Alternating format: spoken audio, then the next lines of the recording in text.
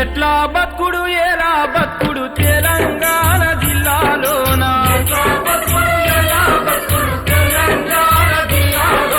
లాఠీ తూటల రాజ్యమాయ తెలంగాణ పల్లెలోన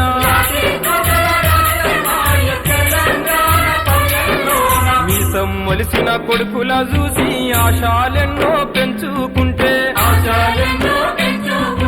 చదువుకొని గొప్పోళ్ళయి సాతరని కలలు గంటే